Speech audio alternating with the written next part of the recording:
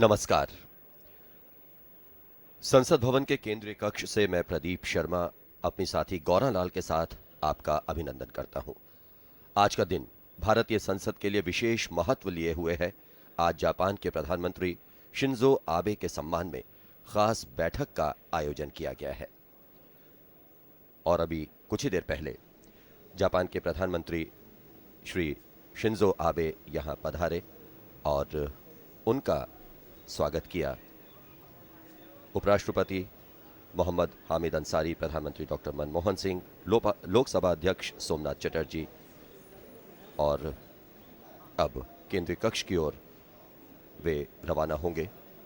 Shri Shinzo Abe की भारत यात्रा भारत और जापान के आर्थिक और व्यापारिक संबंधों का एक नया ताना बाना बुनेगी, ये सभी को उम्मीद है, आशा है और इसीलिए जापान का 200 सदस्यीय प्रतिनिधिमंडल श्री शिंजो आबे के साथ भारत आया है। Gaura.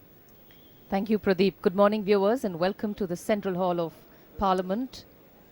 The Central Hall, circular in shape with its dome, 98 feet. Camera panning the dome. And today, Doordarshan brings live for you the Prime Minister of Japan, Mr. Shinzo Abe's address to members of Parliament. Mr. Abe, who arrived in India on Tuesday for a 3-day visit at the head of a 200-strong business delegation. Born in 1954, Mr. Shinzo Abe graduated from Seiki University in Political Science. In 1993, he was elected for the first time to the House of Representatives, and in 2006 was elected the 90th Prime Minister of Japan. Indo-Japan economic relations are on a different plane today, a historic turning point. It is very important for the two nations to build strong relations. Both countries share same fundamental values, no historical baggage, and both are major economic powers in their own rights. In fact, the Prime Minister of Japan, Mr. Shinzo Abe, will be following in the footsteps of his grandfather, Nobusuke Kishi, who had come to India 50 years ago. The Central Hall of Parliament, the unusual fans circulating the cool air, and a buzz with anticipation as they await the arrival of the Prime Minister of Japan into the Central Hall.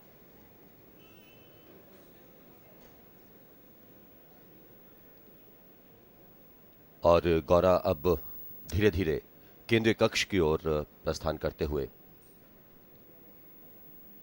Japan के प्रधानमंत्री 1954 में जन्म हुआ Japan के प्रधानमंत्री Shinzo Abe का और 1993 में पहली बार हाउस ऑफ रिप्रेजेंटेटिव्स के लिए चुने गए और 2006 में जापान के 90वें प्रधानमंत्री बने। और एक और महत्वपूर्ण बात यह है कि सन 2006 में भारत के प्रधानमंत्री डॉक्टर मनमोहन सिंह ने जापान की संसद में भाषण दिया था। The tinkling fountains also extending a warm welcome to the Prime Minister of Japan as he goes down the red carpet, arriving from gate number 5 of Parliament House, moving on to the entrance of the Central Hall of Parliament. And it is indeed a historic day because today it is very important for both countries to understand that it is vital for them to laterally leverage their individual strengths for collective progress.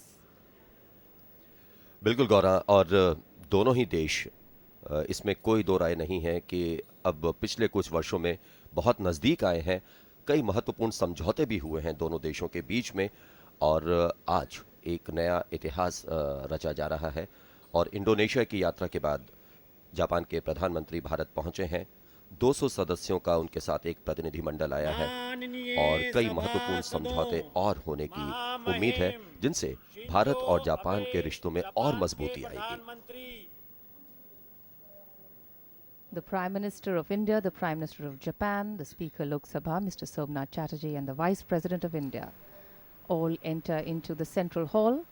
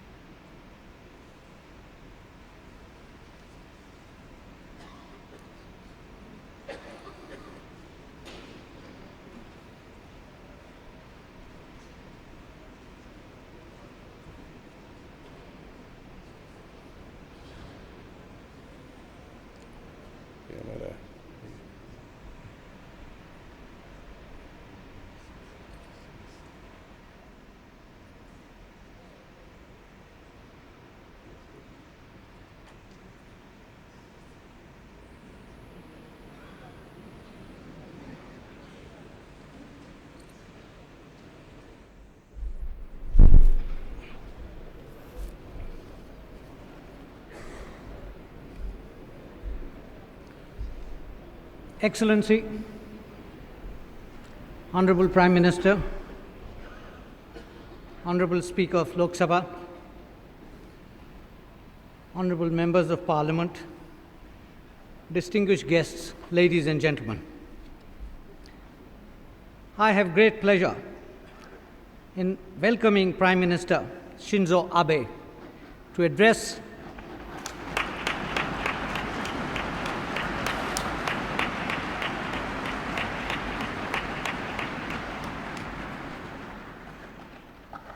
the members of Parliament in this historic Central Hall on behalf of more than 1 billion people of India and their representatives in Parliament. Mr. Prime Minister, Japan and India are two great Asian nations who are civilizational neighbors. Our historic relations were enriched through the common bond of Buddhism and multifarious cultural interaction. Our relationship has been free of ideological or territorial disputes and enriched by deep respect we share for the universal values of democracy, human rights, and fundamental freedoms. Both our nations have chosen parliamentary democracy as the key instrument to meet the hopes and aspirations of our people. This has served us well. Mr. Prime Minister, the visit of your grandfather as Prime Minister of Japan 5 decades ago was a landmark in our bilateral relations.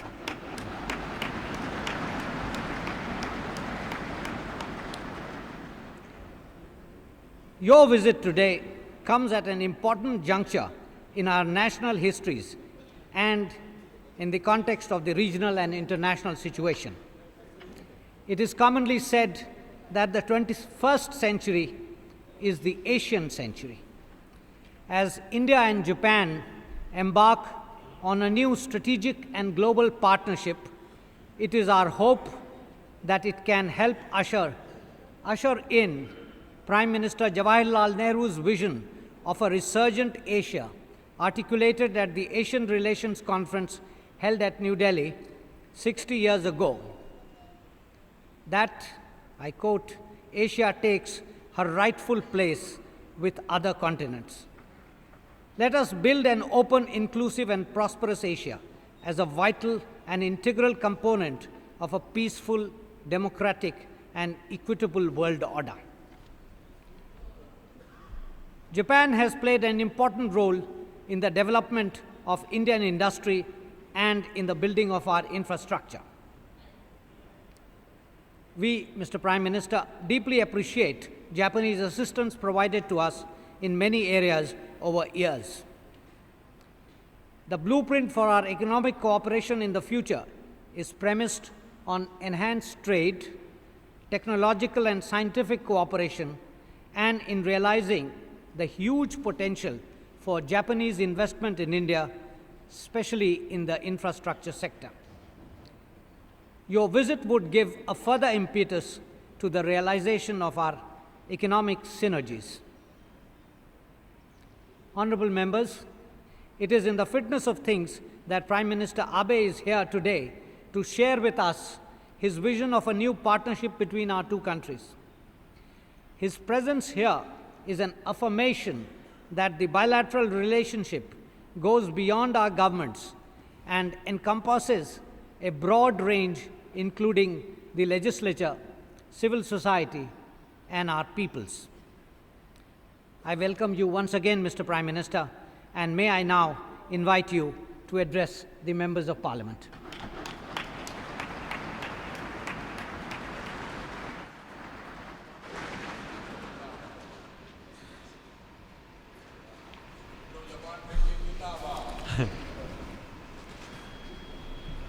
Muhammad Hamid Ansar Your 上院議長 Excellency, Mr. マンモーン・シン Mohammed 首相 Hamid, ソムナート・チャタジー下院議長インド国民を代表する議員の皆様と閣僚、大使並びにご列席の皆様、 Your Excellency, Mr. はじめに Muhammad 私は Hamid 今この瞬 Ansari, 間に Chairman も of the Rajya 自然 Sabha, の大いなる Your 防衛に Excellency よって Dr. Manmohan Singh, Prime Minister, Your Excellency Mr. Samdar Chatterjee, Speaker of the Lok Sabha, Honorable Parliamentary Representatives of the Indian people, Honorable Cabinet Members, Your Excellencies, Ambassadors, ladies and gentlemen. I'd like to begin my remarks today by extending my sincerest condolences to many victims of nature's great fury, the people of India, who have suffered tremendous damage in the recent torrential rain centered in Bihar state, who are even at this very moment struggling against enormous hardships. Today, I have the great honor of addressing the highest organ of state power in this largest democracy in the world. I come before you on behalf of the citizens of another democracy that is equally representing Asia to speak to you about my views on the future of Japan and India. The different streams having their sources in different places all mingle their water in the sea. インドが生んだ It gives me tremendous pleasure to be able to begin my address today with the words of Swami Vivekananda, the great spiritual leader that India gave the world. 喜びであります。皆様、 My friends, 私たちは今 where exactly do we now stand historically and geographically? この問いに To 答えを answer this question, 私は1600 I would like to quote here the title of a book authored by the Mughal prince Dara Shikoh in 1655. We are now at a point at which the confluence of the two seas is coming into being.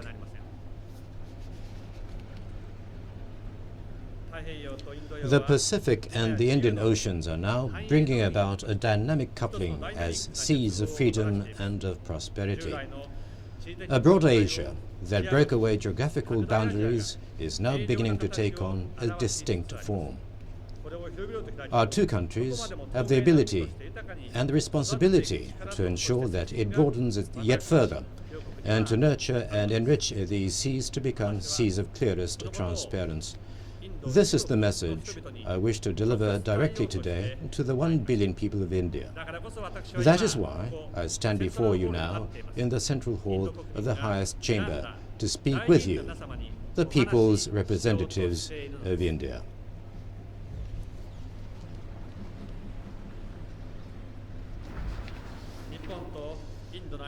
A number of times in history, Japan and India have attracted one another. Vivekananda came to be acquainted with Tenshin Okakura, a man ahead of his time in early modern Japan and a type of Renaissance man. Okakura was then guided by Vivekananda and enjoyed also a friendship with Sister Nivedita, Vivekananda's loyal disciple and a distinguished female social reformer. Many people are aware of all that. Tomorrow, I'll be taking a morning flight to Kolkata, where I expect to meet the son of Justice Rabindranath Pal. Justice Pal is highly respected even today by many Japanese for the noble spirit of courage he exhibited during the International Military Tribunal for the Far East.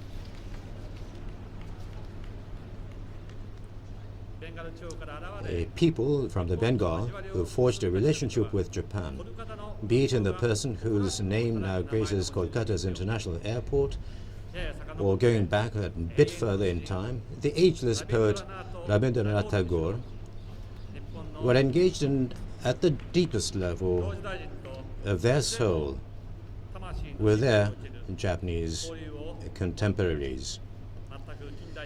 Indeed, the depth and the richness of the exchanges that the intellectual leaders of Japan and India enjoyed during the early modern age are in some ways beyond what we in the modern day can imagine. This rich history notwithstanding, I would like to state one firm conviction here. The changes now beginning to take place between India and Japan are those that truly have no precedent. First of all, as we can see from recent fascination among the Japanese people with India, and the increasing eagerness among Indians to learn Japanese, the interest shown to each other goes far beyond a limited stratum of society, but reaches the general public. Behind this is, of course, the great expectation that economic relationships between our two countries will be deepened. The most eloquent evidence of this is the fact that almost 200 business executives, including Nippon Keidanren Chairman Mr. Fujio Mitarai, have accompanied me on my visit. Secondly, the feeling of a Japanese general public who has started to show interest in India is now trying to catch up to the reality of this broader Asia. Japan has undergone the discovery of India, by which I mean we have rediscovered India as a partner that shares the same values and interests, and also as a friend that will work alongside us to enrich the seas of freedom and prosperity, which will be open and transparent to all. I wonder here in India whether there is now a similar change underway in your perception of Japan. If by some chance this has not yet taken place, would you allow me to say that it started here now with all of you?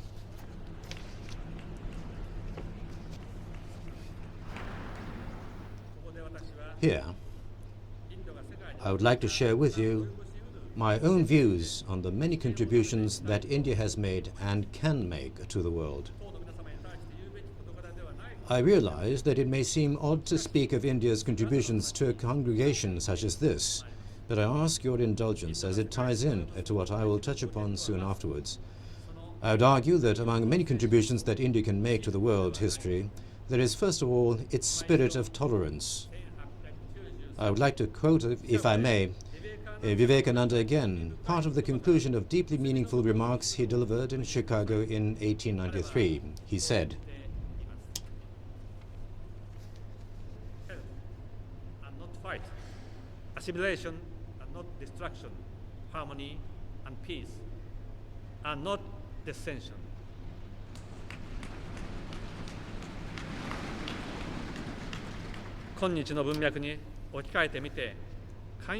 If you insert these exhortations into the context of the modern day, it is clear that these words, preaching tolerance, can hardly be considered relics of the past. Instead, we can recognize that they now hold a tone that is even more compelling than before. From the reign of Ashoka the Great to Mahatma Gandhi's Satyagraha movement of nonviolent resistance, the Japanese people are well aware of the unbroken spirit of tolerance in Indian spiritual history. I would like to emphasize today to the people of India that the Japanese people stand ready to work together with the Indian people so that this spirit of tolerance becomes the leading principle of this century. In my view, the second contribution of India is the enormous challenge that it faces today. All statistics indicate that India will become the world's most populated nation by 2050. According to United Nations forecasts, even if we look ahead only as far as 2030, some 270 million people in India are expected to stream anew from the countryside into towns and cities. India is trying to fight poverty that still persists today and to overcome social issues that are symbolic of demographic movement while consistently upholding democracy and at the same time striving to achieve high economic growth. This, I believe, is precisely the challenge that India faces today. As a person responsible for setting the direction of a nation, the scope of your aspiration and the enormity of the difficulties that are likely to accompany their realization leave me at a loss for words. The world has its eyes focused on you as you undertake these challenges, and I too will be watching in great anticipation. My friends, Japan and India have come of late to be of the same intent to form a strategic and global partnership in which the two countries are going to expand and fortify their relations. As for how Japan has come to such a conclusion, I hope that through what I have just laid out as my personal views, we have come to understand the recognition and expectations Japan has towards India. This partnership is an association in which we share fundamental values such as freedom, democracy, and the respect for basic human rights, as well as strategic interests. Japanese diplomacy is now promoting various concepts in a host of different areas so that a region called the Arc of Freedom and Prosperity will be formed along the outer rim of the Eurasian continent. The strategic and global partnership of Japan and India is pivotal for such pursuits to be successful. By Japan and India coming together in this way, this broader Asia will evolve into an immense network spanning the entirety of the Pacific Ocean, incorporating the United States of America and Australia. Open and transparent, this network will allow people, goods, capital, and knowledge to flow freely. Can we not say that faced with this wide, open, broader Asia, it is incumbent upon us, two democracies, Japan and India, to carry out the pursuit of freedom and prosperity in the region?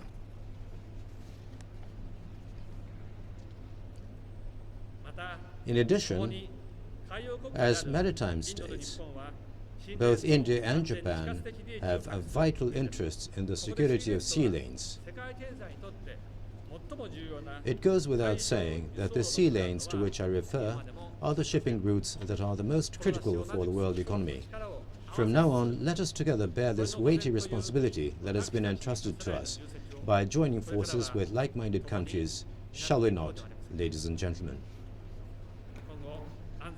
The question of what Japan and India should do cooperatively in the area of security in the years to come is one that officials in charge of diplomacy and defense in our countries must consider jointly. I would like to put that before Prime Minister Manmohan Singh for his consideration. If you would kindly allow me to digress here for a moment, I would like to touch upon the fact that there are some recurring themes appearing in Japan's ODA to India. Those are none other than forest and water.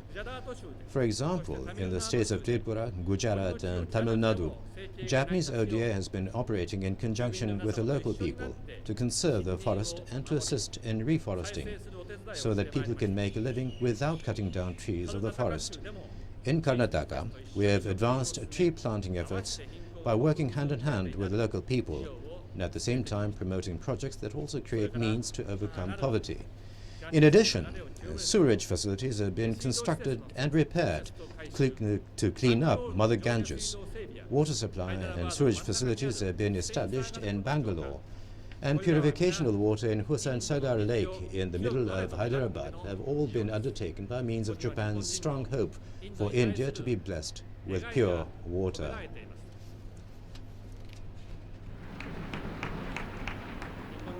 Through these projects, you'll come to know the wishes that the Japanese hold for India. The Japanese are a people who treasure their forests and cherish their abundant water. What's more, the Japanese are also aware that the people of India have an acute sensitivity through which they perceive life in every tree and every blade of grass and read spirituality into all of creation. With Japanese and Indians both holding the natural world in such great reverence, it is impossible not to believe that the people of our nations share something in common. We, the people of Japan, hope strongly that the Indian people will nurture their forests and enable them to thrive, and also be able to enjoy the blessings of an abundance of clean water. That is why cooperation from Japan in the form of ODA invariably includes items to assist in forest conservation and water quality improvement year in, year out.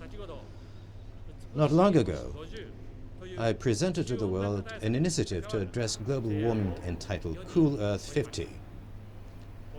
Under this initiative, I propose to cut global emission of greenhouse gases by 50% from the current level by the year 2050. I would like to take this opportunity to appeal to you regarding this proposal.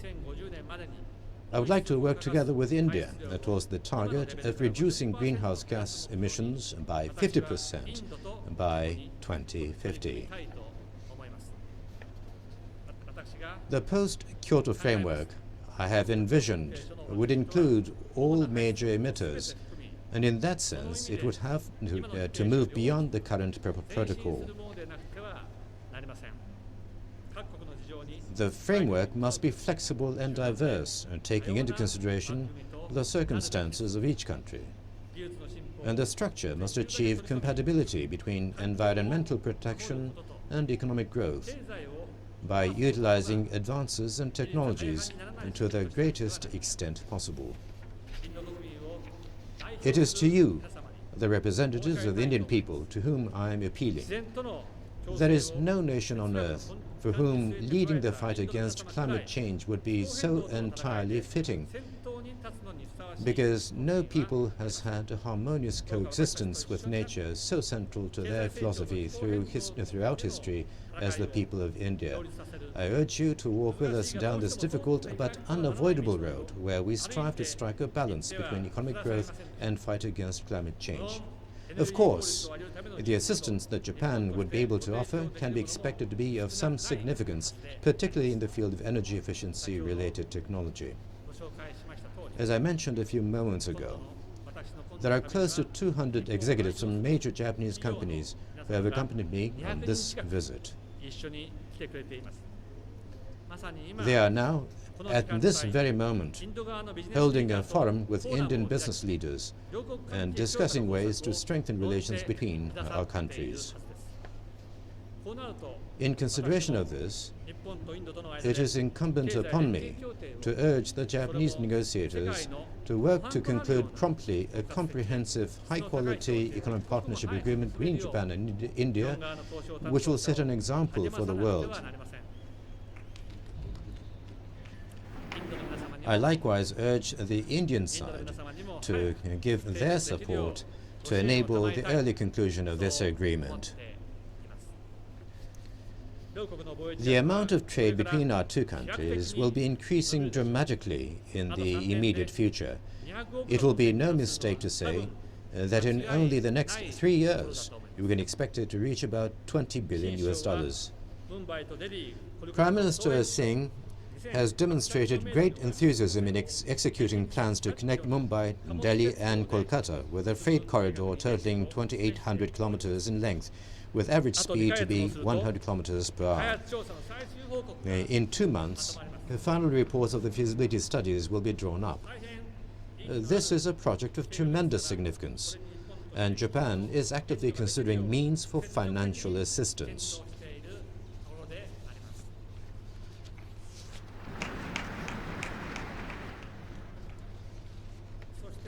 Furthermore, Japan and India are now engaged in a wide-ranging discussion upon the so-called Delhi-Mumbai Industrial Corridor, for which the dedicated freight corridor will serve as its backbone. I would like my government to closely cooperate with the Indian side, particularly toward the establishment of a dedicated fund that should help bring about the industrial corridor.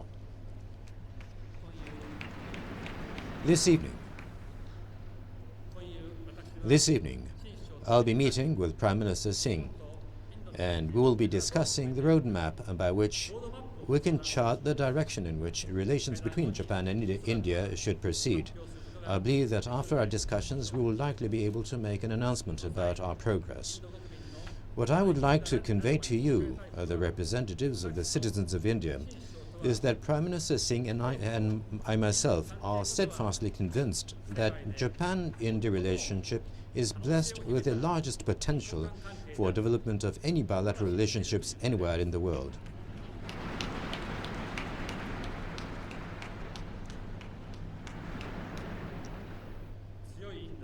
We're also in perfect agreement that a strong India is in the best interest of Japan, and a strong Japan is in the best interest of India.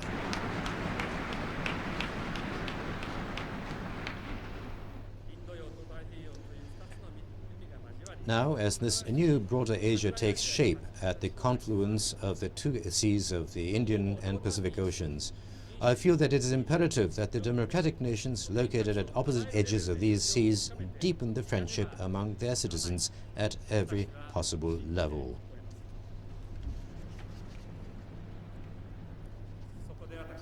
With that in mind, I've decided that over the next 5 years, we will welcome to Japan 500 Indian youth per year, out of which about 100 will be allocated for those studying Japanese or teaching Japanese. This is precisely an investment towards future generations.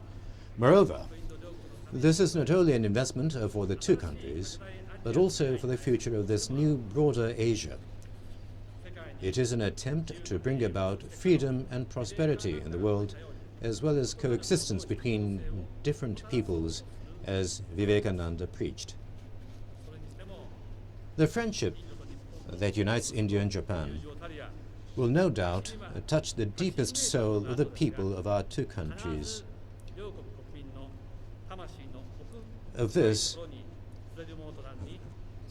I am convinced.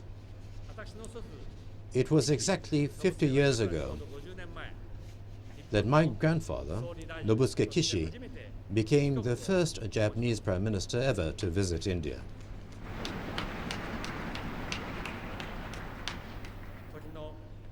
Then Prime Minister Jawaharlal Nehru brought my grandfather to an outdoor civic reception at which tens of thousands of people had gathered, introducing him to a crowd energetically saying, "This is the Prime Minister of Japan, a country I hold in the greatest esteem." This is a story I heard as a little boy from my grandfather. As the leader of a defeated nation in war, he must have been very much delighted. Kishi was also the Prime Minister who launched Japan's first post-war official development assistance. Japan was then still a poor country herself, but as a matter of honor, we wanted to provide ODA. At that time, the country that had accepted Japan's ODA was none other than India. My grandfather never forgot that fact either.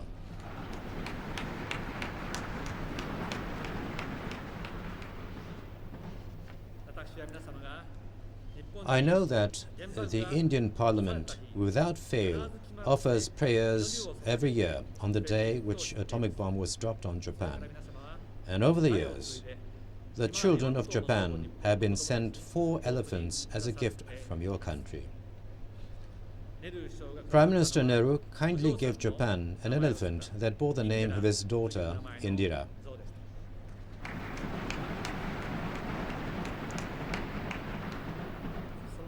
Since that time, the government of India has donated 3 other elephants to Japanese zoos in total, and each of these has a name that is hard to forget: Arsha, Daya, and Surya.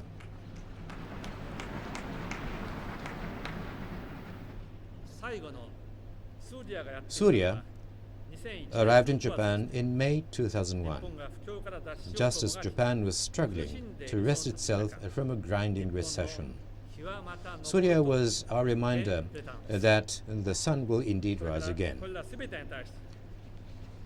For all of these things, please allow me to extend my sincere gratitude on behalf of the people of Japan.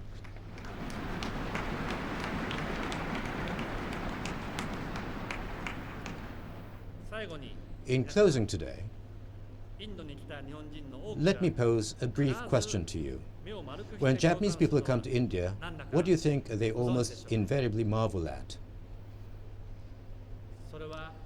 It is none other than Indian dancing, such as the Bharatanatyam and Kathak dance, in which the contrast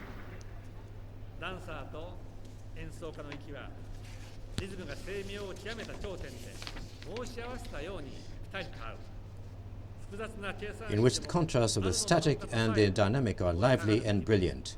The breathing of the dancers and the musicians matched perfectly at the culmination of incredibly delicate rhythms, as if scripted that way. Watching it, one can hardly help but think that it is a result of very complex competitions. We, India and Japan, want to become partners who exhibit just this type of perfect match with each other. No, let me state here that we most certainly can become just such partners. Thank you very much.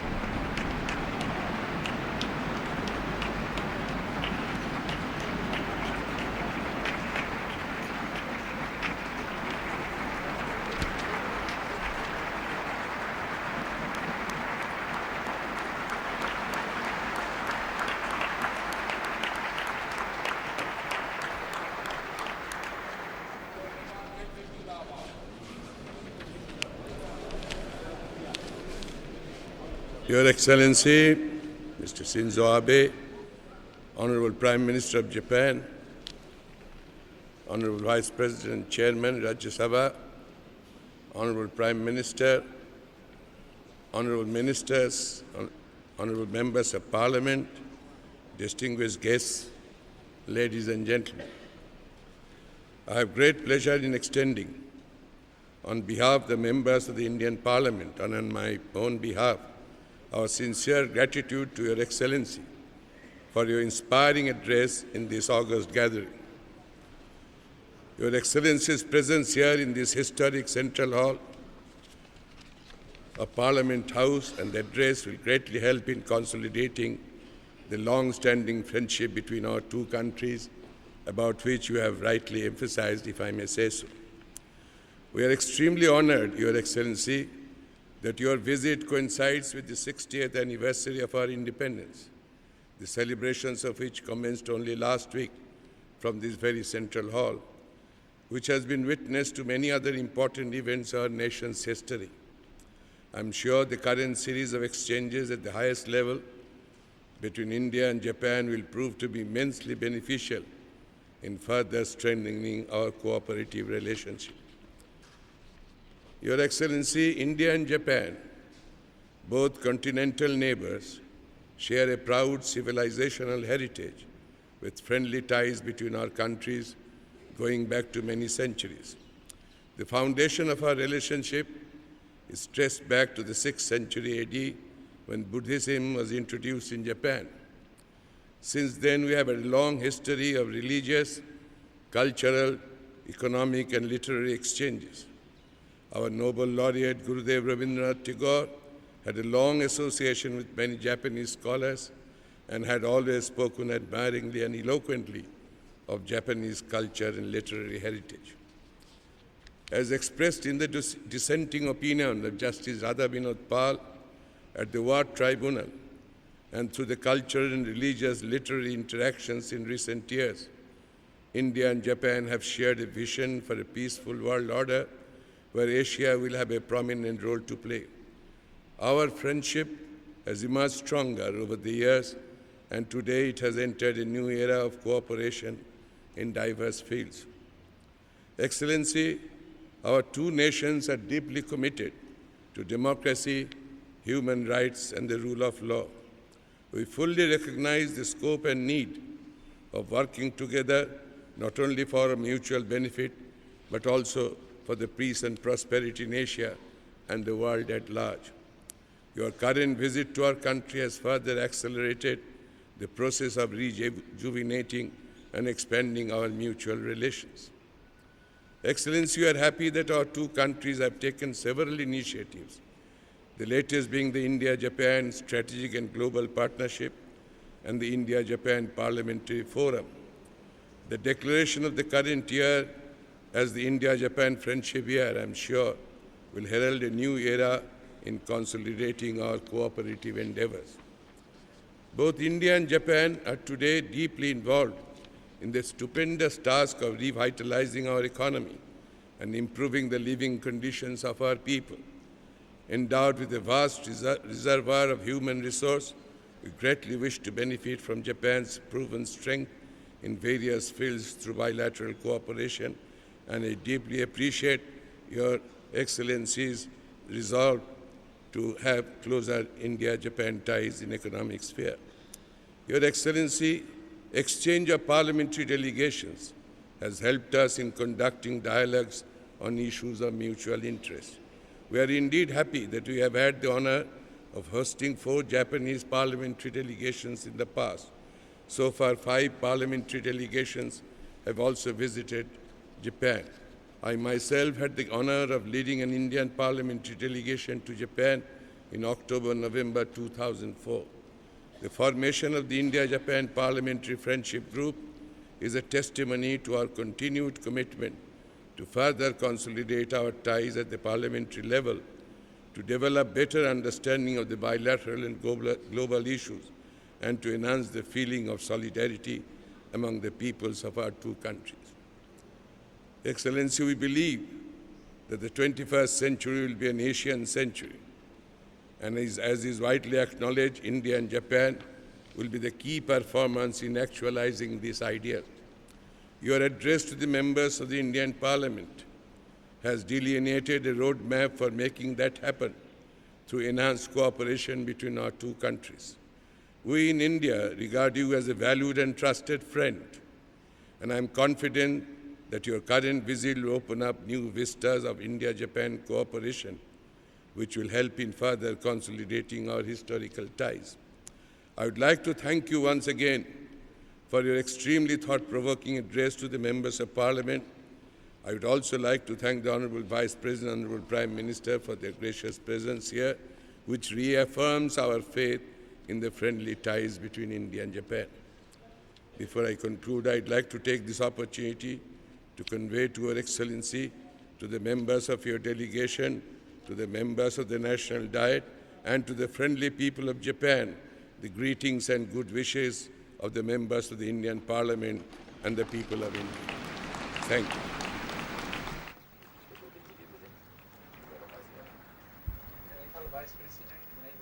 नहीं बोल चुके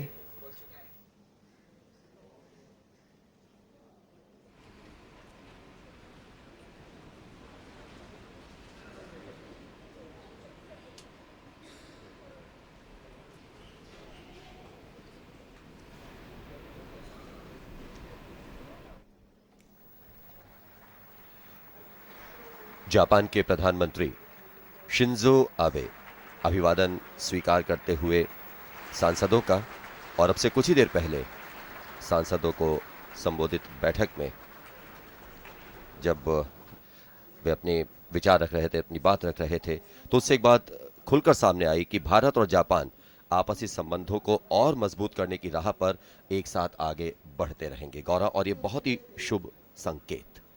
Absolutely, Pradeep. For important for bilateral relations between Japan and India.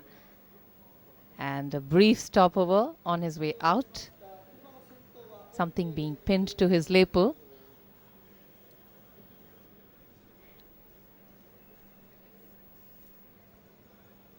His Excellency Mr. Shinzo Abe, Prime Minister of Japan, who just addressed a special meeting in honor of him at the Central Hall of Parliament, New Delhi. और अब प्रधानमंत्री, लोकसभा अध्यक्ष और उपराष्ट्रपति सभी Japan के प्रधानमंत्री को विदा करने के लिए द्वार नंबर 5 की तरफ जाते हुए, और ये लाल कालीन जिस पर अति विशिष्ट व्यक्ति अक्सर यहां से गुजरते हैं, फिर वो चाहे हमारे राष्ट्रपति हों या राष्ट्राध्यक्ष किसी दूसरे देश के।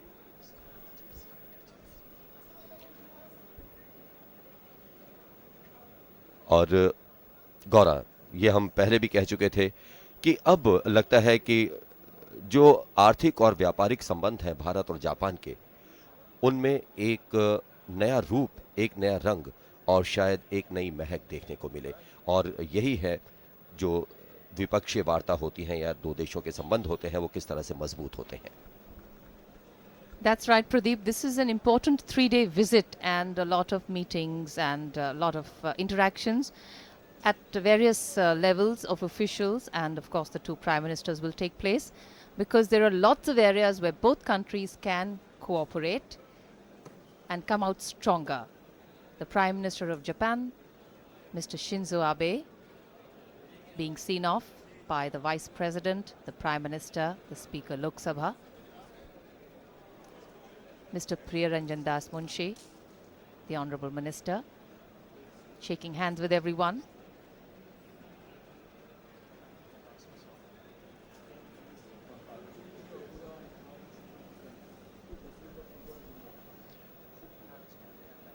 और कुछ विचारों का आदान प्रदान, हल्की फुल्की बातें, ऐसे पलों की जो अक्सर याद रहती हैं। संसद भवन, जिसका ये गेट नंबर 5, और कुछ ही देर पहले संसद भवन के केंद्रीय कक्ष में जापान के प्रधानमंत्री शिंजो आबे ने आज सांसदों को संबोधित किया, और उनके सम्मान में ये विशेष बैठक आयोजित की गई संसद भवन में, और ये भावभीनी विदाई।